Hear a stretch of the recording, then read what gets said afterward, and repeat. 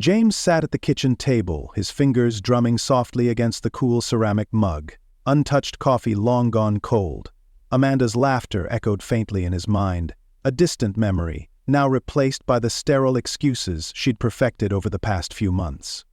"I'm going to the gym," she'd chirp, slipping into her sleek workout gear, her perfume lingering longer than the supposed sweat of her sessions. But James wasn't a fool, not anymore. It had started small, a misplaced earring in her gym bag, the faint scent of cologne that didn't belong to him, and an unsettling absence of any gym gear.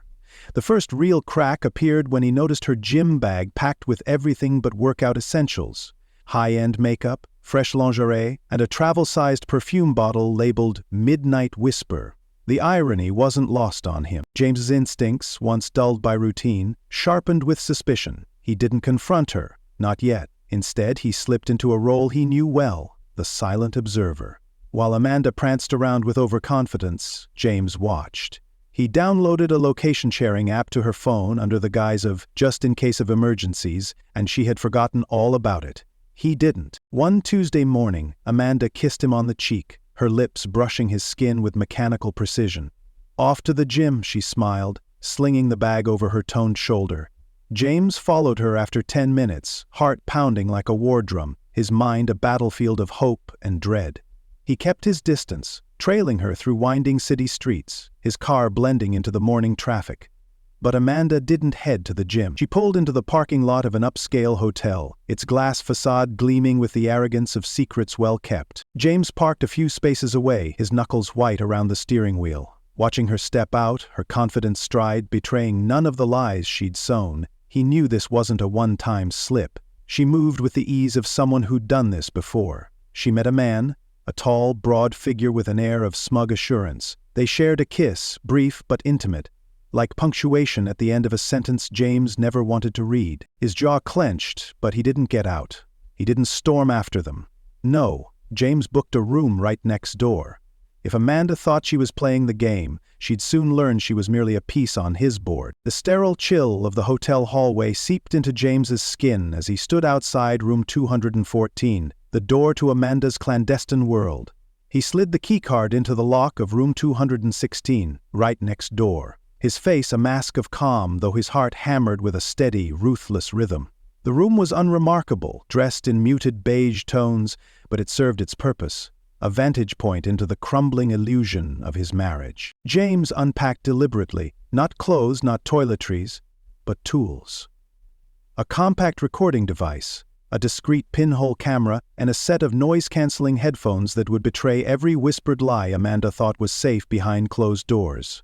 He placed the camera in the vent facing their adjoining wall, its lens barely noticeable, then pressed the receiver against the thin, dry wall, listening. Their voices filtered through, distorted slightly but clear enough to unravel the last threads of his hope. "You always smell amazing," the man murmured. Daniel. James didn't need to see him to picture it. His wife leaning into him, her practiced smile lighting up a face that had grown distant from James in recent months. "I wore it for you," Amanda replied, her voice soft, intimate, the same tone she once reserved for James. His stomach twisted, not with grief but with a cold, simmering fury. He reached for his phone, activating the recording app. Every word, every sigh, every damning detail captured. Proof, undeniable and merciless. Hours passed. James didn't sleep. He sat in the dim glow of the bedside lamp, documenting everything. Timestamps, snippets of conversation, even the pattern of Amanda's laughter. Lighter, freer than it had been at home. It wasn't grief that filled him now, it was strategy. By morning, James had a plan. He slipped out of the hotel quietly, leaving Amanda oblivious to the trap closing around her. Back home, he moved with surgical precision, their joint accounts frozen, the mortgage transferred solely to his name. He contacted a divorce attorney, forwarding the audio files and screenshots of Amanda's location history. His lawyer didn't ask many questions. The evidence spoke for itself. In the days that followed, James maintained his role as the unsuspecting husband. He kissed Amanda goodbye when she claimed she had late-night yoga sessions and pretended not to notice the faint scent of Daniel's cologne clinging to her skin. But beneath his composed exterior, he built his case brick by brick. He even checked her gym bag again, this time with clinical detachment. Tucked beneath the makeup pouch was a hotel key card, the same hotel he'd shadowed her to. He snapped a photo, another nail in the coffin of their life together. When the time came, James returned to the same hotel, booking the room next door once more. But this time, he wasn't there to collect evidence. He was there for the confrontation. As he stood outside their door, phone in hand, the weight of betrayal pressed down on him, not as a burden, but as fuel. He knocked once, sharp and decisive. Amanda opened the door, wrapped in a hotel robe, her face pale as her gaze met his. No words were needed. James simply held up his phone, the screen flashing with the recordings. The soundtrack of her lie. For the first time in months, he saw fear in her eyes, and it was exactly what he'd been waiting for. The knock echoed in Amanda's hotel room like a gavel striking down judgment. She wasn't expecting anyone, certainly not her husband. When she opened the door, the smug confidence she wore like a second skin evaporated in an instant. James stood there, framed by the sterile corridor light, his face carved from stone. No fury, no shouting, just the chilling calm of a man who'd meticulously prepared for this moment. In his hand, his phone was lit up. The screen paused on a recording app.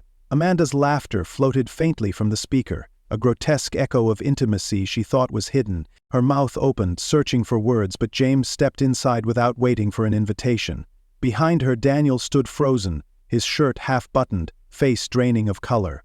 James didn't spare him more than a passing glance. Daniel was insignificant, a symptom, not the disease. James extended the phone toward Amanda. "Play it." Her hand trembled as she pressed the screen.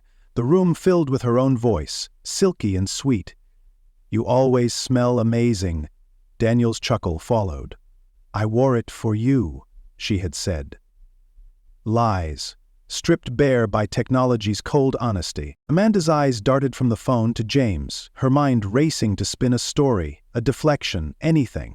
But James wasn't here for explanations. He'd already dissected every lie in the sterile quiet of his rented hotel room next door. "Don't," James said softly, his voice steady as a scalpel. "Don't insult me with excuses." She closed her mouth, her face crumbling into something raw. Fear, maybe, not regret. Fear of consequences, not guilt for betrayal. James turned his gaze to Daniel. "You can leave now." Daniel, gathering what remained of his dignity, reached for his shirt. "Look, man, it's not what you—" James's eyes snapped to him, cold and sharp. "I said leave." Daniel's bravado evaporated. He grabbed his things and stumbled out, the door clicking shut behind him, sealing Amanda in with the wreckage she'd created. James sat down on the edge of the bed, resting his elbows on his knees, the phone dangling loosely in his hand. "I know everything. The hotel rooms, the fake gym sessions, the business trips."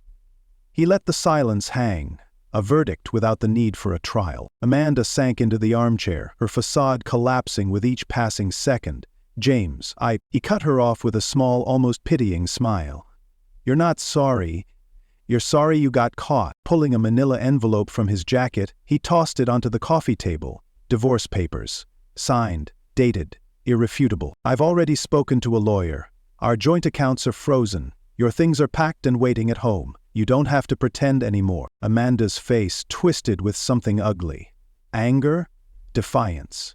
"Do you think you're punishing me?" James stood, towering over her.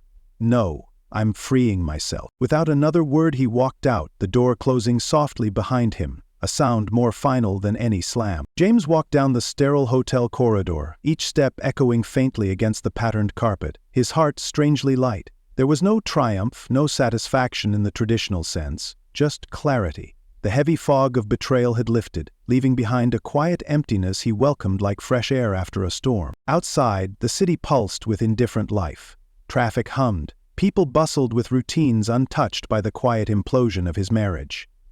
James stood for a moment on the sidewalk, staring at the hotel's reflective glass facade. He wondered how many others passed through those doors, wrapped in lies, smiling for photos they'd later delete. But it wasn't his concern anymore. Amanda was no longer his burden to carry. When he arrived home, the house greeted him with eerie silence. The space felt different, hollowed out. Not because Amanda's absence left a void, but because her presence had been a shadow for so long it had dulled the light he'd once filled this home with. The bags he'd packed for her sat neatly by the door, her life compressed into zipped compartments, as organized as the deception she'd woven. James poured himself a glass of whiskey, the ice clinking softly in the dim glow of the kitchen light. He sat at the dining table where they'd shared countless meals, where Amanda had laughed about her tough workouts and crazy trainers, spinning stories while James nodded along, unknowingly playing the fool. Except now, he realized, he hadn't been a fool, just someone who believed in her more than she deserved. He opened his laptop and methodically organized the digital evidence. GPS logs, voice recordings, credit card statements, all neat, cataloged, and stored. Not for revenge. He didn't need to drag her name through mud, she'd done that herself. This was insurance, a safeguard against the inevitable legal skirmishes Amanda would initiate once the reality of her new life sank in. His phone buzzed. Amanda. He let it ring, her name flashing like a distant echo of a life he no longer claimed. The second call came minutes later, then a third. He answered none. By the fourth call, his curiosity flickered. Not for her words, but for her unraveling. He picked up. James? Her voice was strained, brittle around the edges.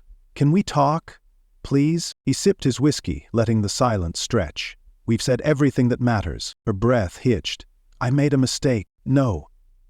James replied, his voice calm and deliberate. A mistake is locking your keys in the car. What you did was a choice. She tried again, her words tumbling over each other, desperate, hollow. We can fix this. I'll do anything. James stared out the window at the indifferent city lights. You already did everything. Then he hung up. The next morning he woke early, sunlight spilling across the empty bed. No sadness, no regrets, just the promise of a clean slate. He dressed, grabbed his keys and left the house, not to escape the past, but to step into the future. Alone, but whole. The days that followed were quiet, not the suffocating silence of heartbreak, but the liberating hush of absence. The absence of lies, the absence of doubt, the absence of Amanda. James found solace in the simplicity of routine, the steady cadence of days unmarred by suspicion. Mornings were no longer clouded by the faint trace of unfamiliar cologne on Amanda's skin or the lingering questions about where she'd been. His coffee tasted stronger, his runs felt lighter, and the house, though emptier, breathed easier without the weight of pretense. Amanda's texts continued at first, flooding his phone with pleas, apologies, and the occasional flash of misplaced anger. You're being dramatic. I never meant to hurt you. Can't we just talk? James read them with the same detachment he'd reserved for spam emails. Irrelevant, insignificant, easily deleted. Eventually her messages shifted from contrition to desperation.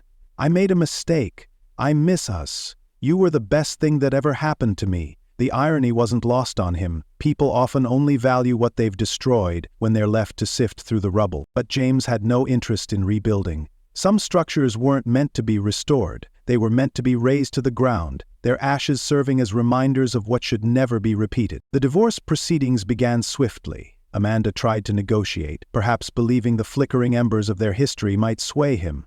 But James approached the process with the same clinical precision he'd used to gather evidence.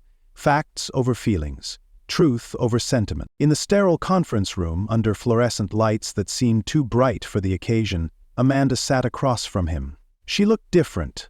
Not in appearance, but in presence. The confident charm she once wielded so effortlessly was gone, replaced by a brittle veneer of regret. She reached for his hand once, fingers trembling slightly. James, I was stupid. I thought I wanted more, but I didn't realize I had everything. James pulled his hand back, his expression impassive. No, you had me. And you threw that away for cheap thrills wrapped in hotel sheets? Her eyes glistened, but James felt nothing. No pang of loss, no flicker of the man who once loved her. Just relief. The paperwork was signed within an hour. Amanda left the room first, her heels clicking down the hallway, each step an echo of finality. James remained seated for a moment longer, staring at the divorce decree. Not as a symbol of failure, but of freedom. That evening he returned home, the house finally feeling like his. He poured himself a glass of wine, not to drown sorrows, but to toast to clarity. He walked through the rooms, no longer haunted by memories or whispers of betrayal, just walls, windows, and the steady heartbeat of his own resilience. In the days that followed, James rediscovered himself. He picked up old hobbies abandoned during the years spent trying to maintain a crumbling marriage. He reconnected with friends he'd unintentionally distanced himself from. He even laughed, real, unguarded laughter that didn't feel forced or rare. But the most profound change was internal. He realized he'd been more than Amanda's husband. He was James, independent, strong, and whole, long before she'd ever entered his life. Months later, while walking through a local park on a crisp autumn afternoon, James ran into an old acquaintance, Elena, a friend of a friend, someone he'd met at parties long ago when life felt simpler. They talked, laughed, and shared stories over coffee. She had kind eyes and an easy smile, untouched by the shadows of his past. There was no rush, no grand declarations, just two people sharing a moment, unburdened by secrets. As they parted ways, Elena turned and smiled. "It was really nice seeing you again, James," and it was. James stood there for a moment, watching her walk away, not with the ache of someone chasing what was lost, but with the warmth of someone who knew that life, in all its unpredictability, still had more to offer. Amanda had been a chapter, a long tangled one, but she wasn't the whole story, and James was finally ready to write the next page.